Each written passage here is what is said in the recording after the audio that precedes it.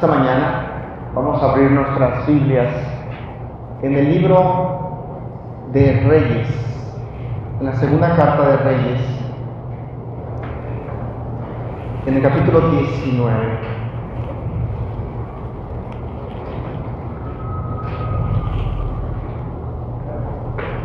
Los que no traigan Biblia me pueden seguir aquí en la pantalla. Segunda carta a los Reyes, capítulo 19, del 32 al 37. Y como que a veces me acuerdo de mis antiguos orígenes en una iglesia Pente, y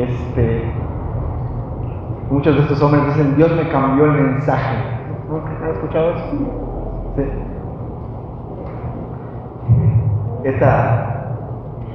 Quería yo enseñar sobre la doble predestinación este domingo, y estaba viendo yo un reportaje que me impactó casualmente en esta parte, Segunda de Reyes 19, del 32 al 37, y leímos: Por tanto, así dice Jehová acerca del rey de Asiria: no entrará en esta ciudad, ni echará saeta en ella, ni vendrá delante de ella con escudo, ni levantará contra ella baluarte. Por el mismo camino que vino, volverá y no entrará en esta ciudad, dice Jehová. Porque yo ampararé esta ciudad para salvarla por amor a mí mismo y por amor a David mi siervo. 35. Y aconteció que aquella misma noche salió el ángel de Jehová y mató en el campamento de los asirios a 185,000. Y cuando se levantaron por la mañana, he aquí que todo era cuerpos de muertos. Entonces Sennacherib, rey de Asiria, se fue y volvió a Nínive, donde se quedó. Entonces, hermanos, hemos hecho esta introducción y realmente estamos ante un hecho extraordinario. Yo estaba indagando un poquito sobre esto. 185,000 muertos. Ustedes saben en la historia el evento donde se acerca más cercano a 185,000 muertos en una sola noche. No se acerca, y no fueron 185,000. Cuando los Estados Unidos tiró una bomba nuclear en Hiroshima, los muertos fueron de 40,000 a 140,000. Aquí estamos en un evento extraordinario, y lo impresionante de esta parte de la Escritura, que ha sido el resultado del poder de nuestro Dios y de la aflicción de uno de los suyos,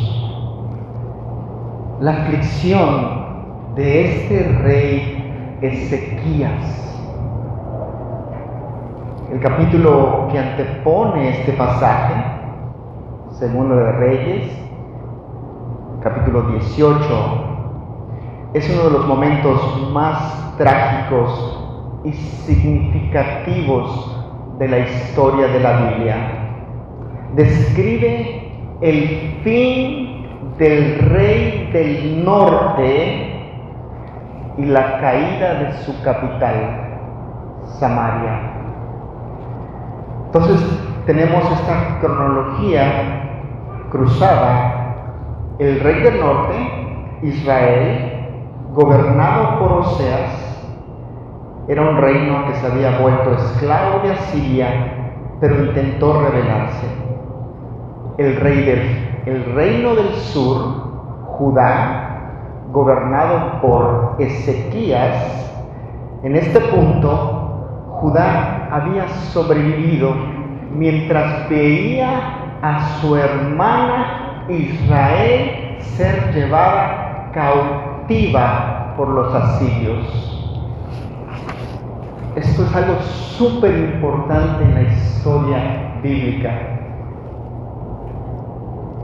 Vamos a hablar un poquito sobre la deportación y la dispersación de las 10 tribus perdidas. Hermano, esto va a cambiar la historia del pueblo de Israel cuando Israel es llevado cautivo por los asirios.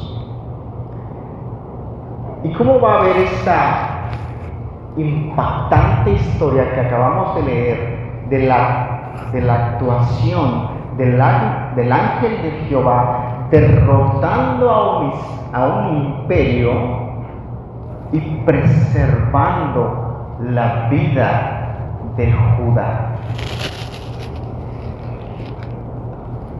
Vamos entonces a viajar en el tiempo. Vamos a usar nuestra imaginación y vamos a ver a un imperio de más de 185,000 soldados sitiando una pequeña ciudad llamada Jerusalén. Ahora, para llegar a este punto, vamos a necesitar leer más. Vamos a explicar cómo llegamos a este punto y vamos a abrir nuestras Biblias en el capítulo 18. Estamos en el capítulo 18 y vamos a leer del 1 al 36. En el año tercero de Oseas, hijo de Elá, rey de Israel, comenzó a reinar Ezequías, hijo de Acaz, rey de Judá. Cuando comenzó a reinar era de 25 años y reinó en Jerusalén 29 años. ¿Cómo se llamaba el rey? Ezequías. ¿Y cómo se llamaba su padre? ¿Ok? Los hombres se van a distinguir por esto. Y decía en su oración el hermano Francisco que nuestro testimonio,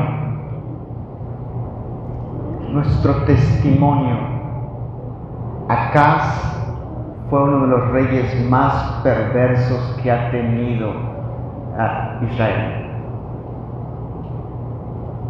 Acaz pasó a sus hijos por el fuego y tiene un hijo que se llama Ezequías. Él comienza a reinar a muy temprana edad, 25 años. Seguimos leyendo. El nombre de su madre fue Abí, hija de Zacarías. Vean la controversia, por favor. Hizo lo recto ante los ojos de Jehová, conforme a todas las cosas que había hecho David su padre. Él quitó los lugares altos y quebró las imágenes y cortó los símbolos de acera e hizo pedazos la serpiente de bronce que había hecho Moisés, porque hasta entonces le quemaban incienso los hijos de Israel y le llamaban Nehustán. Ok, este hombre es la controversia. Padre perverso y vino un hombre que va a hacer lo recto ante los ojos de Dios. ¿Dónde está la diferencia? Decía mi hermano, cuando oraba, el altar familiar, decía. No había una insistencia en su corazón, el altar familiar. ¿Cómo se llamaba su madre? Abi. Ok, el nombre de su madre significa Jehová es mi Padre. Mi Padre es el Señor. ¿Se dan cuenta? La importancia que va a jugar el papel de una madre en la educación de sus hijos. O que no se confirma con absoluta certeza. Muchos comentaristas bíblicos identifican a este Zacarías como el testigo fiel mencionado en Isaías 8:2. Si este es el caso, entonces Zacarías tenía una relación estrecha con la madre y con Ezequías. Y por eso podemos entender que Ezequías escuchaba al profeta.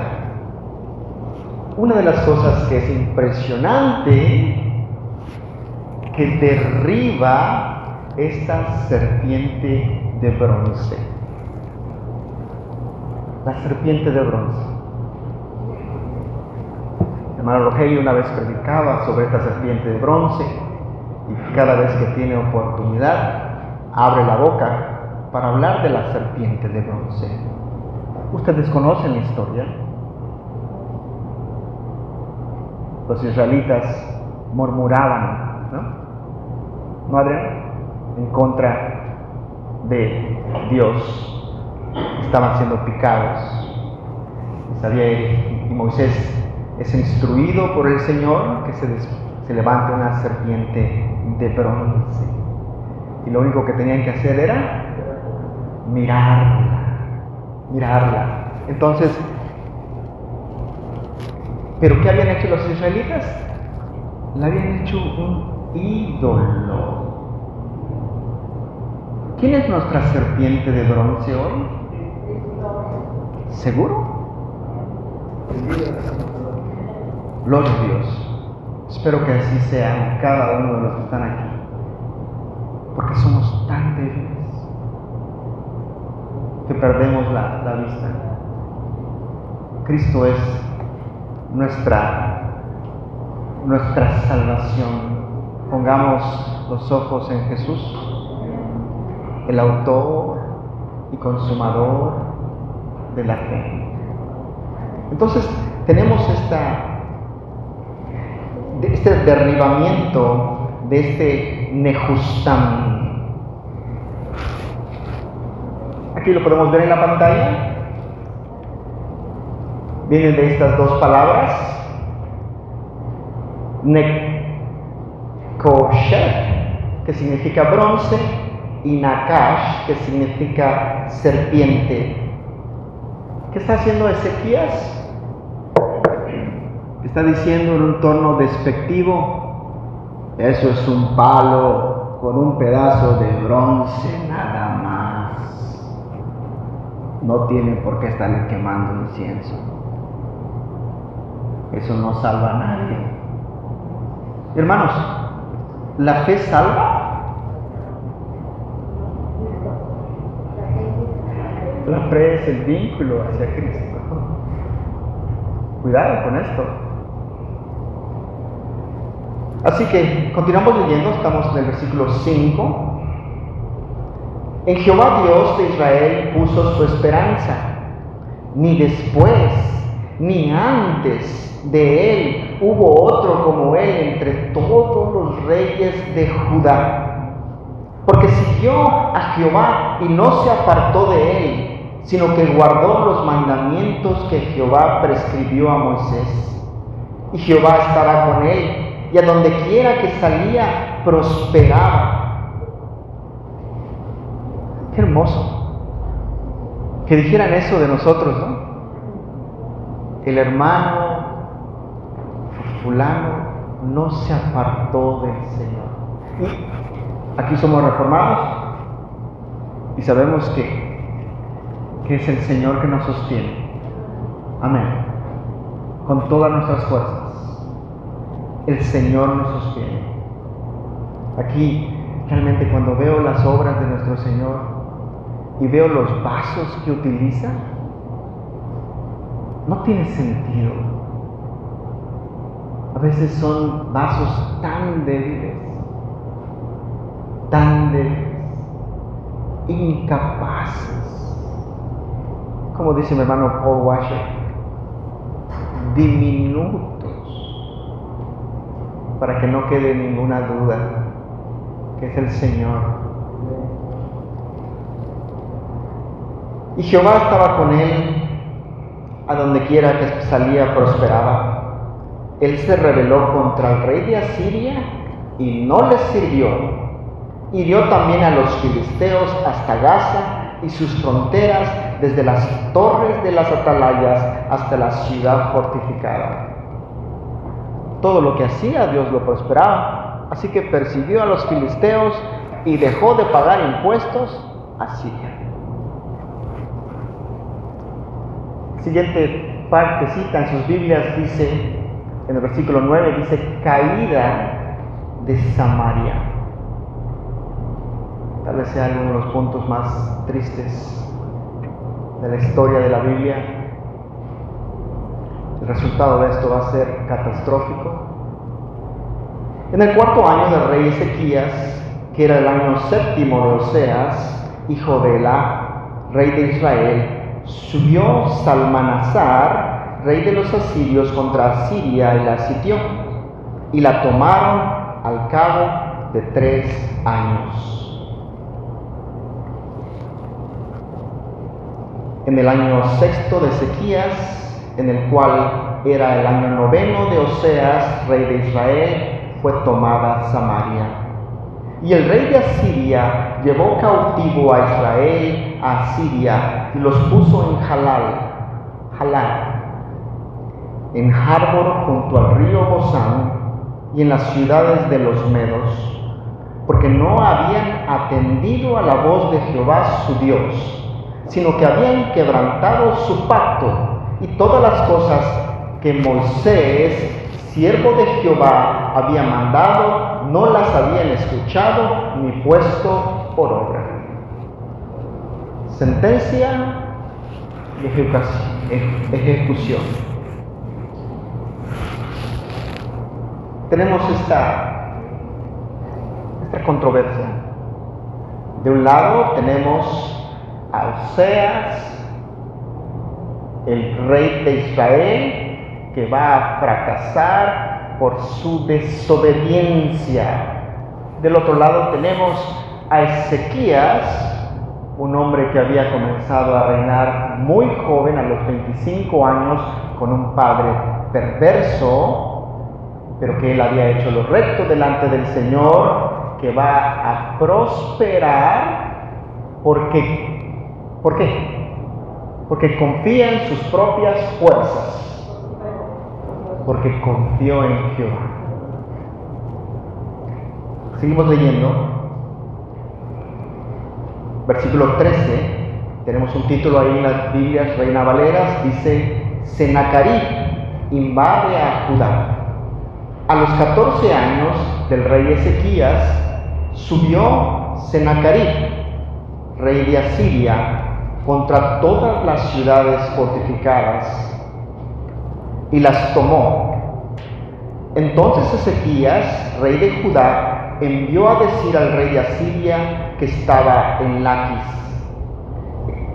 Entonces el rey de Asiria en Laquis, y Laquis era la segunda ciudad más importante de Judá después de Jerusalén.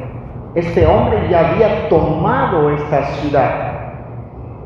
Y este es el mensaje que le manda decir el gobernante Ezequías al rey de Asiria, que ya había tomado la segunda ciudad más importante de Judá. Yo he pecado, apártate de mí, y haré todo lo que me impongas. Y el rey de Asiria impuso a Ezequías, rey de Judá, 300 talentos de plata y 300 talentos de oro. Dio por tanto Ezequías toda la plata que fue hallada en la casa de Jehová y en los tesoros de la casa real. Entonces Ezequías quitó el oro de las puertas del templo de Jehová y de los quiciales que el mismo rey Ezequías había cubierto de oro, y lo dio al rey de Asiria. Después el rey de Asiria envió contra el rey Ezequías al Tartán, al Rabsaris y al Rabsacés con un gran ejército. Quiero que veamos dos cosas importantes. La sabiduría de Ezequías. Sabe que no puede contra este ejército y va a tratar de preservar a su pueblo. Y va a pagarle un tributo. No contento, el rey de Asiria les va a mandar a estos 3 personajes. Los podemos ver aquí, en el versículo 17. Tartán, Rabsaris y Rabsacés. Y tú te preguntarás, ¿quiénes son estos? ¿Qué significa esto? ¿Qué significan estos nombres? Hermanos, quiero que todos los hombres y todas las mujeres que sean creyentes lean su Biblia. La Biblia se debe de leer completa, pero la Biblia se debe leer preguntándote, versículo por versículo, ¿qué significa esto?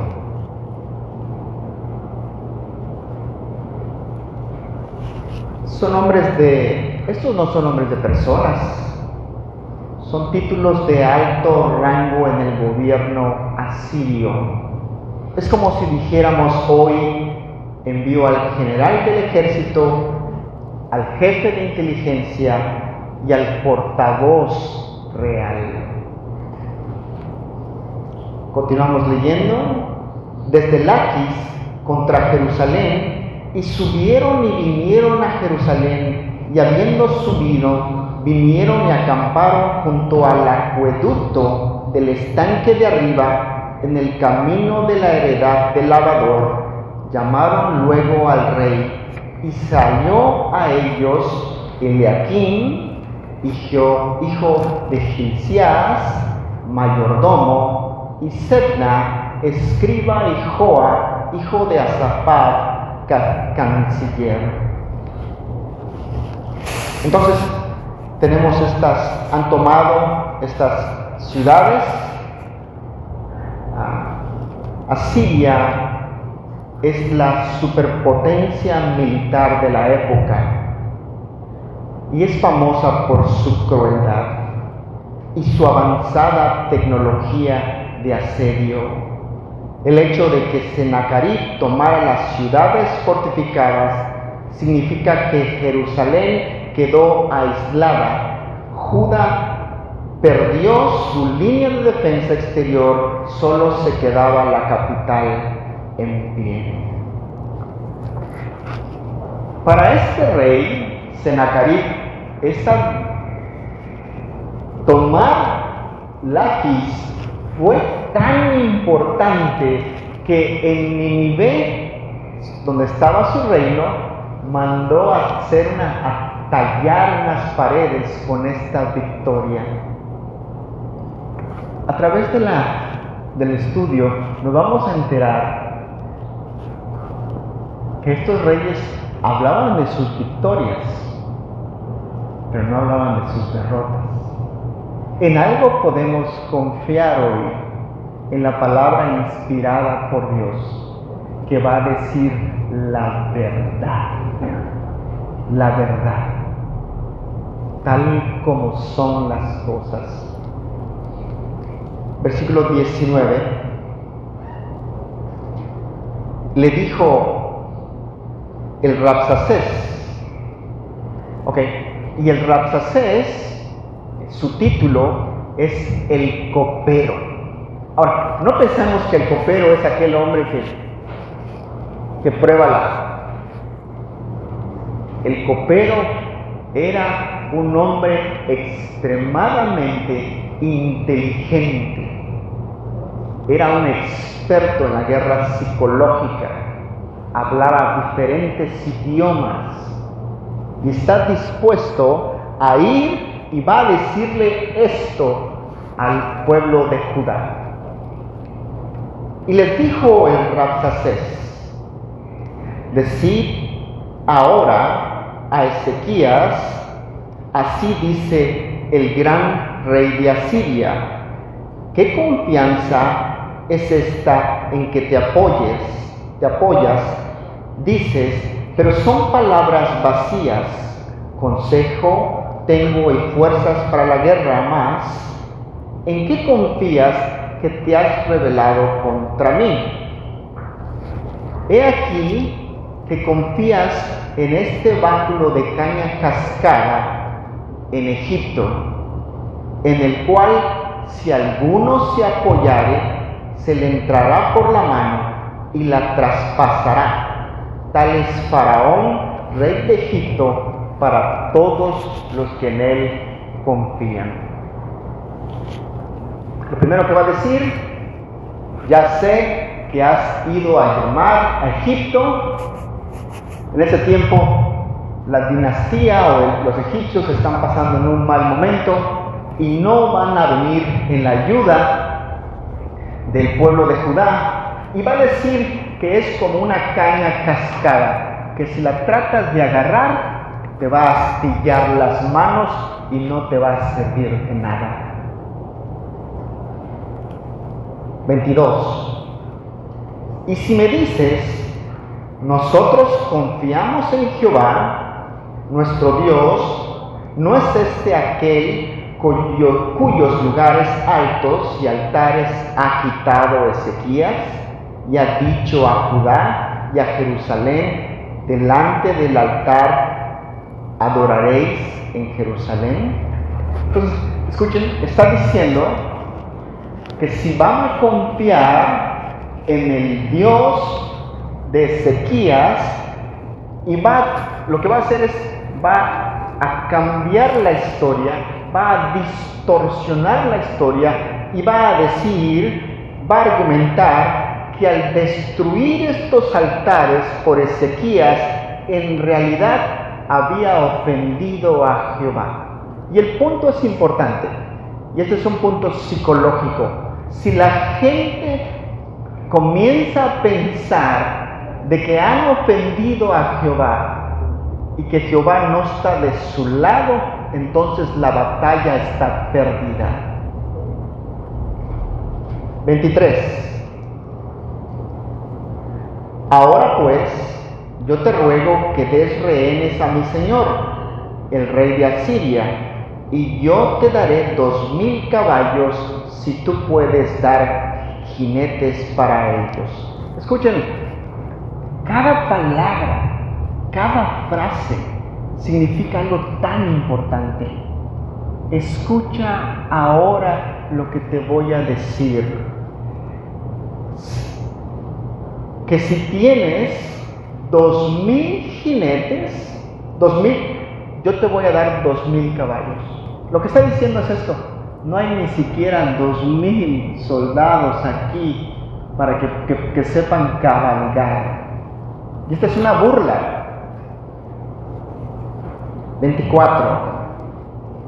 ¿Cómo pues podrás resistir a un capitán, al menor de los siervos de mi señor, aunque estés confiado en Egipto con sus carros y su gente de a caballo? ¿Acaso he venido yo ahora sin Jehová a este lugar para destruirlo? Jehová me ha dicho: sube a esta tierra y destrúyela. Escuchen, ¿ven lo que está diciendo? Que él ha venido ahora por una misión mandada por Jehová a destruir la tierra donde están ellos. Entonces dijo Eliaquim, hijo de Hilcías, y Sebna, y Joá, al Rabsacés: te rogamos que hables a tus siervos en arameo, porque nosotros lo entendemos, y no hables con nosotros en lengua de Judá a oídos del pueblo que está sobre el muro. Y el Rabsacés le dijo: me ha enviado mi señor para decirte estas palabras a ti y a tu señor, y no a los hombres que están sobre el muro, expuestos a comer tu propio estiércol y beber su propia orina con vosotros. Escuchen, esto es muy importante. No solamente es el insulto. Los hombres de Judá le están diciendo al Rabsacés: por favor, no hables en el idioma de Judá. No. Okay. ¿Cuál es el idioma de Judá? El hebreo. Es el idioma común. Es el idioma común. Le están diciendo que hables en arameo, que es el idioma de la diplomacia, de la gente estudiada. Esto es importante, porque no queremos que la gente caiga en un pánico y que la gente huya. Mi rey ha tratado todo lo posible porque esto se resuelva de la manera mejor. ¿Va en el resultado? Entonces el Rabsacés se puso en pie y clamó a gran voz en lengua de Judá, y habló diciendo: oíd la palabra del gran rey, el rey de Asiria. Así ha dicho el rey: no os engañe Ezequías, porque no os podrá librar de mi mano, y no os haga Ezequías confiar en Jehová, diciendo: ciertamente nos librará Jehová, y esta ciudad no será entregada en manos del rey de Asiria. No escuchéis a Ezequías, porque así dice el rey de Asiria: haced conmigo paz, y salid a mí, y coma cada uno su vid y de su higuera, y beba cada uno de las aguas de su pozo. Pues, no escuchen a Ezequías, que ha sido un hombre recto delante de Dios. Escuchen al rey asirio, y que cada uno salga, coma de su vid y de su higuera, y que cada uno tome las aguas de su propio pozo. Eso es lo que estaba en la mente de todo granjero, de todo hombre en Judá. Esto es lo que hay en el corazón de cada hombre. 32. Hasta que yo venga y os lleve a una tierra como la vuestra, tierra de grano y de vino, tierra de pan y de viñas, tierra de olivas, de aceite y de miel, y viviréis y no moriréis. ¿Ok? No han servido los insultos, pero ahora vamos a hacer lo que los políticos hacen. Los voy a tratar de convencer por la buena. Los voy a tratar de convencer de que si cuando yo venga van a ir a un lugar donde mana la leche y la miel, igualito que aquí, pero un poquito mejor.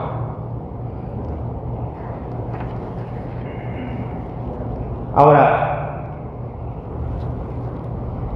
¿por qué es tan peligrosa esta oferta?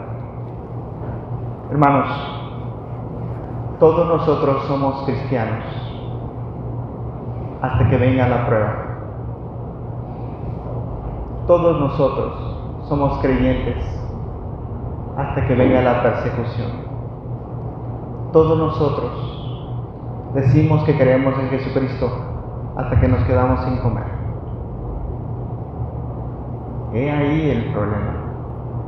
Él está apelando a las necesidades básicas del hombre: comida, bebida, ropa, techo. Digamos, ¿hasta cuándo somos creyentes? Realmente tenemos un ejemplo en Jesucristo de lo que es un siervo del Señor. La otra cara de la moneda es que los asirios eran terribles. En sus deportaciones lo que hacían es que quitaban gente y los volvían esclavos, y traían esclavos de otro lado y los traían acá. Y lo que había era una desintegración cultural. ¿Dónde he visto eso? Aquí. Se trajeron gente de Corea. Por eso vemos gente con los ojos rasgados, con apellido Chan. ¿Mantuvieron su cultura? No. Fueron desintegrados. Y yo me pensaba en la mañana, ¿se habrán llevado gente de aquí esclavos a otro lugar?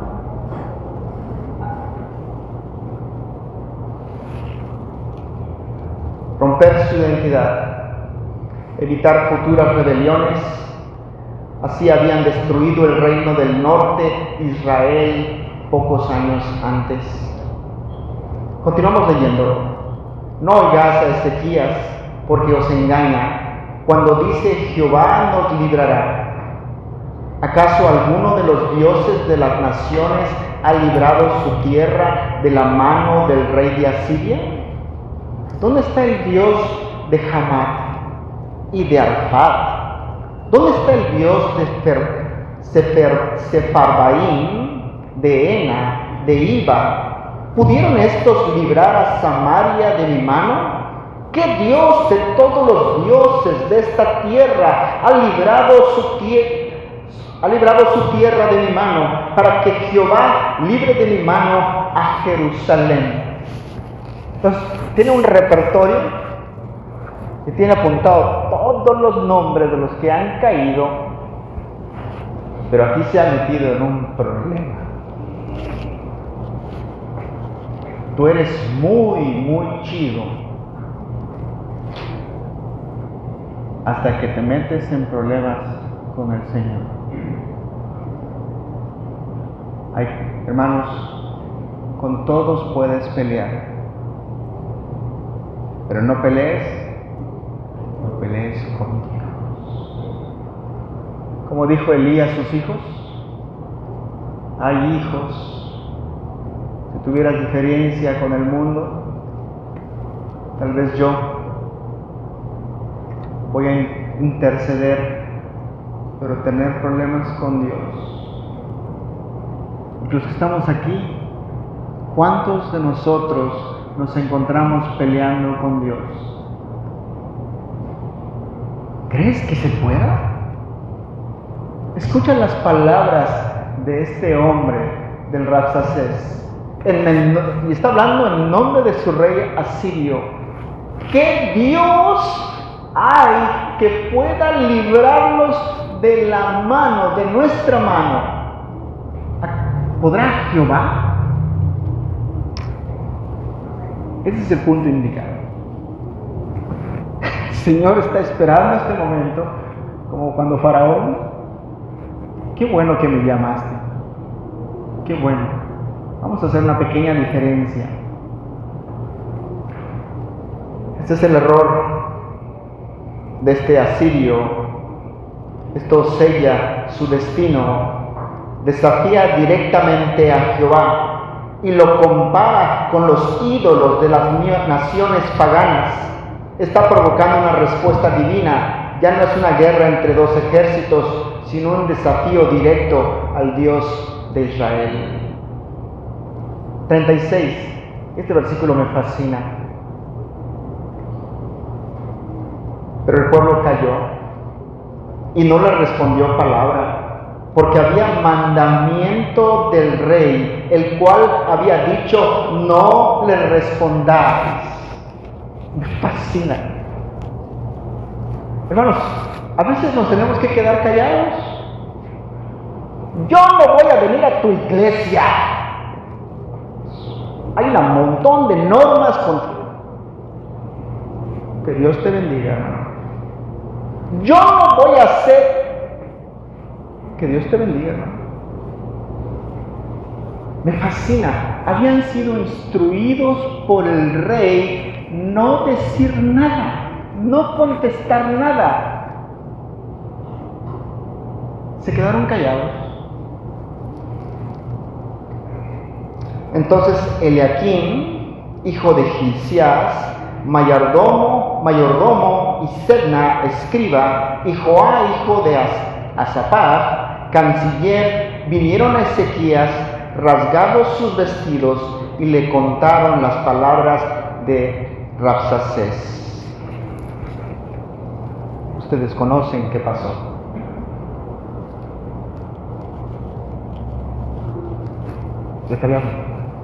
Ezequías se va a humillar delante de su Dios.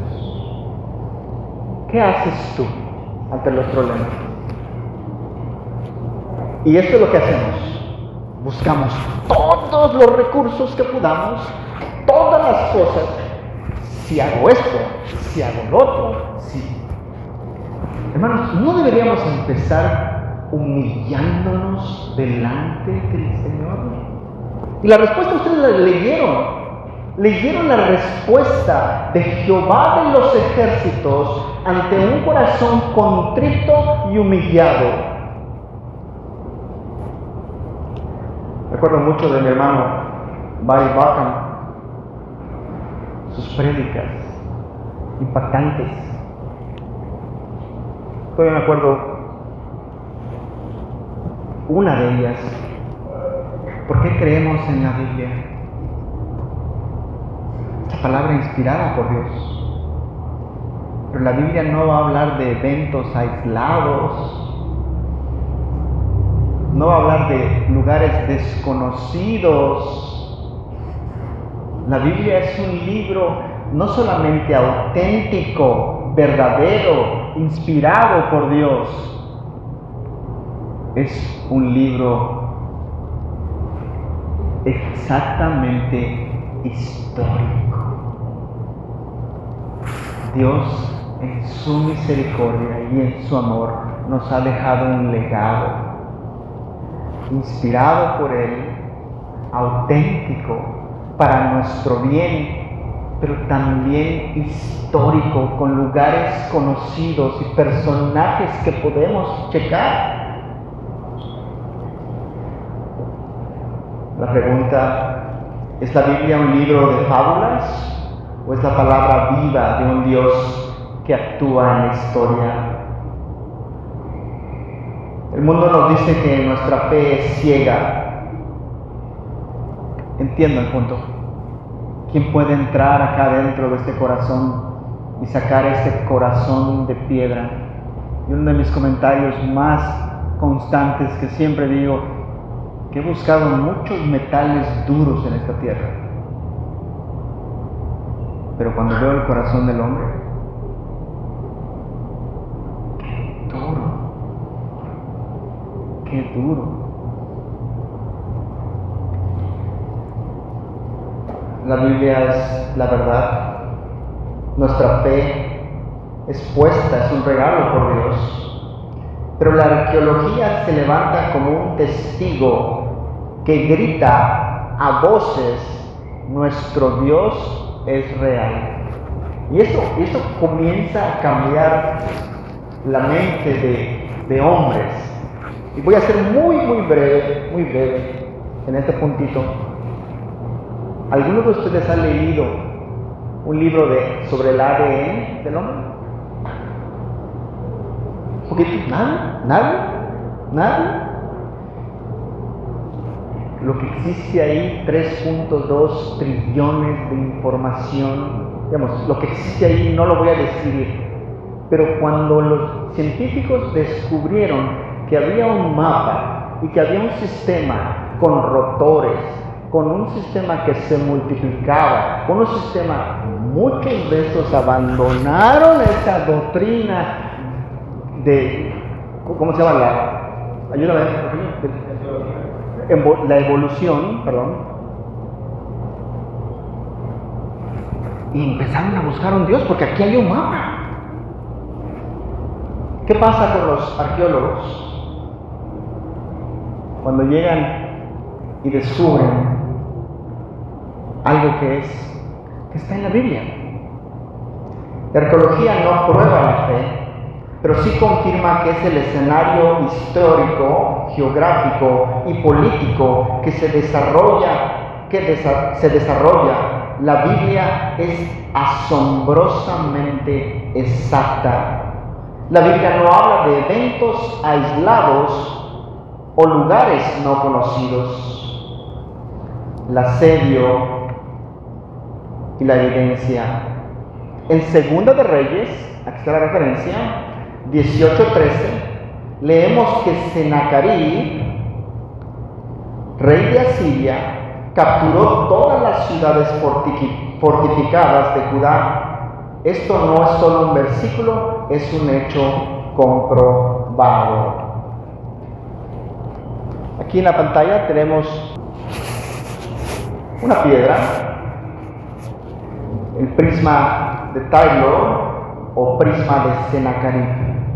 Es una piedra hexagonal de arcilla roja cocida que mide aproximadamente 38 centímetros y contiene inscripciones en cuneiforme arcadio sobre el asedio de Jerusalén en el año 701. Hay 3 copias de esta. Una está en Chicago, otra está en un museo de Israel y esta creo que está en Londres. Esta prisma de arcilla, el propio Senaquerib presume haber conquistado 46 ciudades de Judá. Incluso menciona a Ezequías por nombre, diciendo que lo dejó encerrado como un pájaro en una jaula, pero nunca menciona su derrota.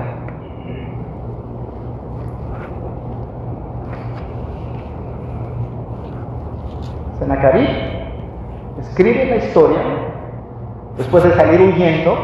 No escribe que salió huyendo, escribe que tomó 46 ciudades de Judá, pero nunca escribe que tomó Jerusalén. La muralla ancha. Quiero que vean que el rey Ezequías era un hombre pensante. Hermanos, ¿leen la Biblia? ¿Qué pasa con los hombres que leen la Biblia? Perdóname, ¿de dónde nace la sabiduría? ¿De dónde nace? ¿De leer los chistes? Los hombres que leen la Biblia sucede algo impresionante dentro de la mente. Obtienen sabiduría. Sabiduría que viene de los cielos. ¿Tú te preguntas por qué eres tan tonto? Perdóname. Porque, no, escúchenme. Es que todos hemos estado allí. Todos estamos allí. Ninguno de nosotros es Juan el Bautista. Pero leemos la Biblia y hemos obtenido sabiduría que viene de lo alto. La muralla ancha de fortificación. Les decía sobre Ezequías, Ezequías había tomado precauciones antes de la invasión.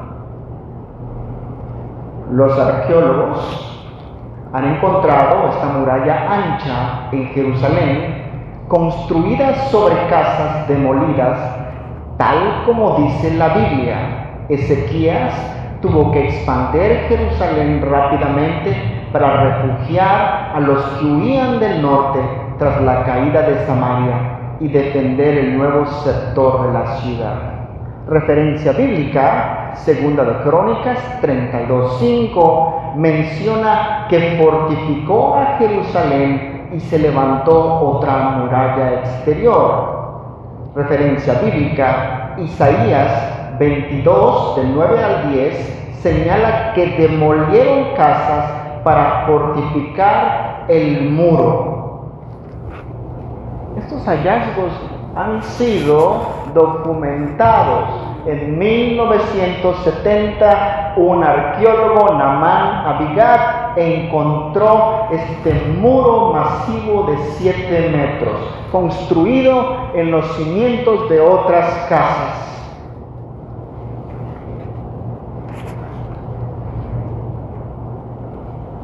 Ezequías era un hombre pensante. ¿Cuál es el suministro número 1 que los hombres necesitan para seguir viviendo?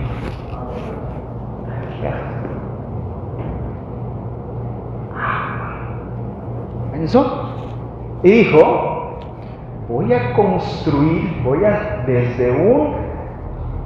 de una fuente de agua, voy a construir un túnel que llegue hasta Jerusalén. De agua no nos vamos a quedar. Sin agua no nos vamos a quedar. El túnel de Ezequías. Ante la invasión, Ezequías no se quedó de brazos cruzados. Nos dice que bloqueó la salida del agua de Gijón y las condujo hacia abajo al oeste de la ciudad de David. Hallazgo arqueológico, el túnel de Ezequías. 500 metros excavados en roca sólida. Referencia bíblica, Segunda de Crónicas 32, del 2 al 4, versículo 30 también, y Segunda de Reyes 20:20. El texto dice explícitamente que él tapó las fuentes de agua y condujo el agua hacia arriba al occidente de la ciudad de David. ¿Dónde se encuentra esto? Lo podemos ir a visitar hoy en Jerusalén. Exactamente lo que dice la Biblia.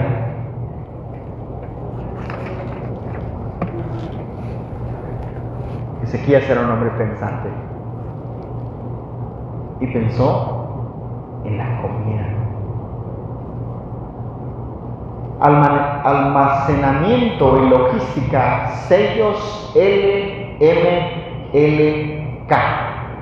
Ahora, si tú te preguntas y me preguntas qué significa estos sellos LMK, significa que pertenecen al rey, perteneciente al rey. Para prepararse para un asedio prolongado, Ezequías organizó el almacenamiento masivo de alimentos y suministros. Segunda de Crónicas 32:28 menciona que construyó depósitos para el grano, el vino y el aceite. Y han encontrado todas estas vasijas y han encontrado todos estos sellos. Ubicación actual: el Museo de Israel y el Museo Británico. Ahora, hermanos, este es solo un punto de la Biblia. Esto es solo un punto de la Biblia. Hay tantos puntos. La Biblia es la palabra inspirada por Dios. Gloria a Dios. Dios es el que provoca la salvación en los hombres. Gloria a Dios. La Biblia habla de lugares conocidos. Correcto. Habla de cosas que son muchas veces verificables. No habla cuando habla de Samaria, todavía podemos encontrar a Samaria hoy. Cuando habla de un imperio, habla de un imperio que históricamente existió. Este último punto, el milagro y silencio de los asirios. La Biblia narra que el ángel del Señor acabó con 185,000 asirios en una noche y que Sennacherib tuvo que huir. Segunda de Reyes 19 del 35 al 36. Lo fascinante es que esta prisma habla de todas estas conquistas, pero nunca no dice que tomó la ciudad de Jerusalén. Esto fue solamente un punto. Ahora vamos a ver esta conexión. Porque si tú te rascas tu cabeza, yo también me la rasco. Digo, ¿qué es lo que Dios está intentando hacer aquí? ¿Por qué Dios preserva a Francisco? ¿Por qué Dios preserva a nuestro hermano Rogelio? ¿Por qué Dios, cuál es el propósito? Y siempre hay un propósito detrás de esto. ¿Por qué Dios protegió a Jerusalén con tanto celo? Por supuesto, tenemos a un hombre buscando la santidad de Dios. Y la respuesta del Señor es de acuerdo a su propósito, El Señor sigue siendo el Señor de gloria que pone el querer como el hacer. No se asombren, hermanos, cuando un hombre de Dios predica como un ángel o cuando un hombre de Dios vive una vida santa. Lo único que podemos decir es gloria a Dios, porque Él ha dado las fuerzas para cargar. Y a veces nos rascamos la cabeza y decimos, ¿cómo es posible que algo tan sencillo mi hermano no lo pueda hacer? Hermanos, Dios le ha dado a cada quien. Hay hombres que cargan más, pero la gloria es de Dios. Hay una exhortación general, ¿verdad? Decía Francisco. Pero hay un llamado único, un llamado individual. Y yo tengo a veces uso estas alegorías, uso estos ejemplos. Los hombres tenemos el oro enfrente de nosotros, pero no lo conocemos. Y no nos rascamos la cabeza y decimos, Señor, ¿por qué no me das un poco más de lo que tú tienes de sobra? Hay esta conexión con el Mesías, el rey que había de venir. Segunda de Reyes 19:34 dice, yo ampararé a esta ciudad para salvarla por amor de mí mismo y por amor de David, mi siervo. Y lo que está haciendo el Señor, está protegiendo este linaje real, porque de allí vendría nuestro Salvador. ¿Por qué es tan importante para la historia de la Biblia? Este evento dejó a Judá, el reino del sur, como el único portador de la promesa mesiánica. Al caer Samaria, todos los refugiados del norte, todos los que lograron huir, se fueron a refugiar a Jerusalén, y por eso Ezequías tuvo que agrandar las murallas, y fue para ellos un albergue seguro. Se protegió esta línea del Mesías. Aunque el reinado de Ezequías resultó en una de las liberaciones más milagrosas de la Biblia. Este asedio en el 701 a.C., el reino de Joacim, muchísimos años después, marcó el comienzo del fin, llevando eventualmente a la destrucción de Jerusalén por Nabucodonosor. Entonces aquí te empiezas a rascar la cabeza. Bueno, preservó a Judá, pero casi más de 100 años después, vemos la caída de Jerusalén.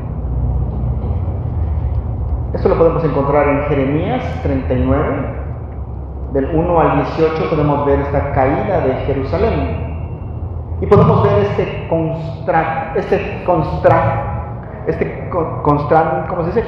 contraste profundo y dramático. Contraste profundo y dramático.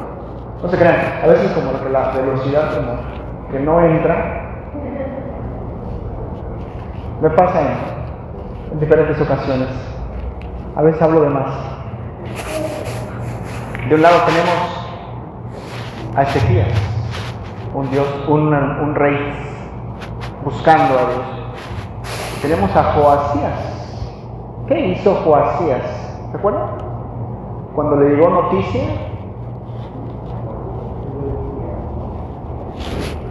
vamos a leerlo.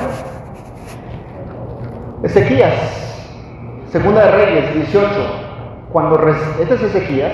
Cuando recibe la amenaza blasfema de Rabsacés asirio, Ezequías rasga sus vestidos en señal de humildad y corre al templo a orar.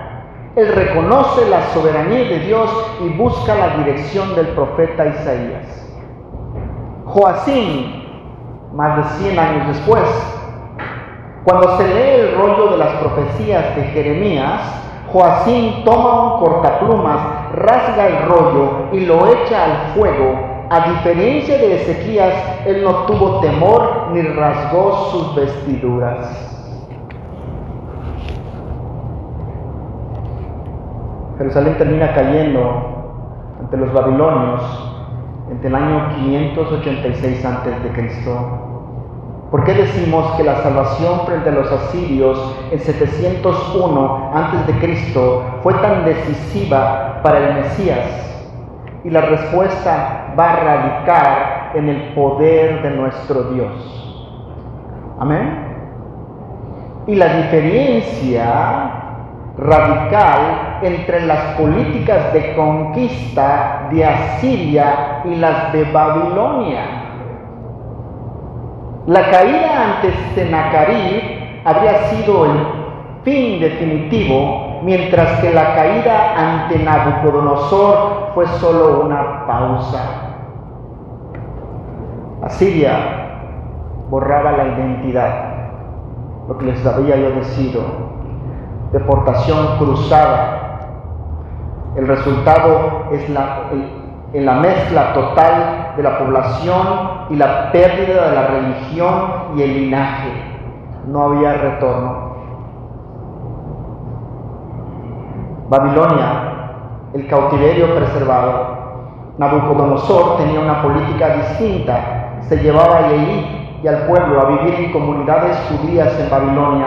Esto permitió que los judíos mantuvieran su genealogía, sus escrituras, su identidad. El linaje de David fue llevado a Babilonia como el rey Joaquín, pero se mantuvo el registro genealógico. Esto permitió que 70 años después, bajo el imperio persa, pudieran volver a Jerusalén.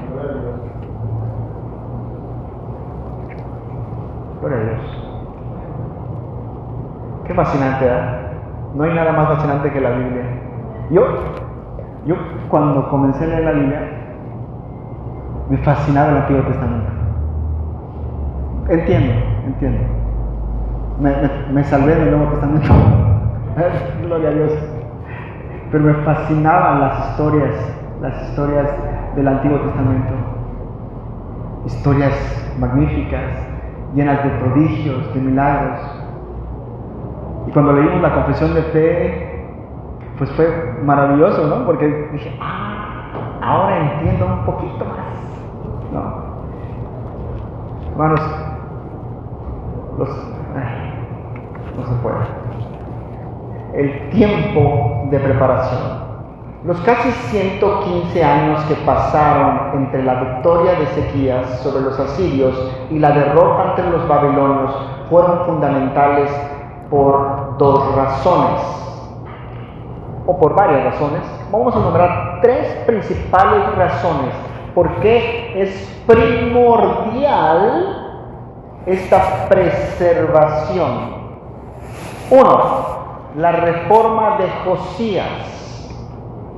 Durante este tiempo se redescubrió el libro de la ley en el templo. Esto fortaleció la fe judía de tal manera que cuando llegó el exilio en Babilonia, el pueblo ya tenía una identidad espiritual lo suficientemente fuerte como para no disolverse en la cultura babilónica. Punto número 2, las profecías consolidadas. Profetas como Jeremías pudieron profetizar y decirles al pueblo que el exilio iba a ser temporal. En este periodo de maduración, bajo los reyes de Ezequías, el pueblo no habría tenido la estructura espiritual para sobrevivir al cautiverio. Tercer punto, y es el punto más importante, la genealogía del Mesías. Si miras la genealogía de Jesús en Mateo 1 al 12, varios nombres como Salatiel y Zorobabel, estos hombres nacieron durante o justo después del exilio en Babilonia. Si Jerusalén cae en 701 con los asirios, el árbol genealógico de Mateo 1 se corta en Ezequías. Al salvar a Jerusalén en tiempo de los asirios, Dios permitió que el tronco de Isaí siguiera creciendo lo suficiente para que incluso cuando fueron llevados, cuando fue cortado por Babilonia, quedara una raíz viva de donde brotaría el Mesías siglos después. Fascinante. 185,000 soldados muertos. Hay un propósito. Hay un propósito. Hay un propósito para que este corazón corrupto, engañoso, perverso, sea cambiado por el Señor. Hermanos, que todo lo que hagamos, que todo lo que digamos, sea para la gloria de Dios y que lo vivamos.